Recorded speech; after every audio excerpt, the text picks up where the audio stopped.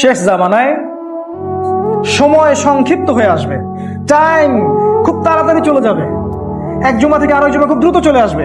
তিনি বলছেন 1 বছর চলে যাবে একটা মাসের মতো, একটা মাস চলে যাবে একটা সপ্তাহের মতো, একটা সপ্তাহ চলে যাবে একটা দিনের মতো, আর একটা দিন চলে যাবে একটা ঘন্টার মতো। কিভাবে টাইম শর্ট হয়ে যাবে? যত বেশি ভূমিকম্প হবে তত বেশি টাইম শর্ট হয়ে যাবে।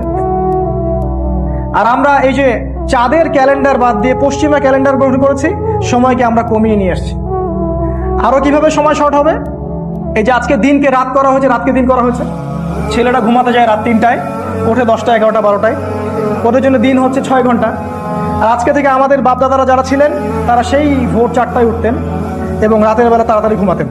তাদের কাছে দিনটা অনেক লম্বা ছিল, তারা অনেক কাজ করতে পারতেন, তাই না?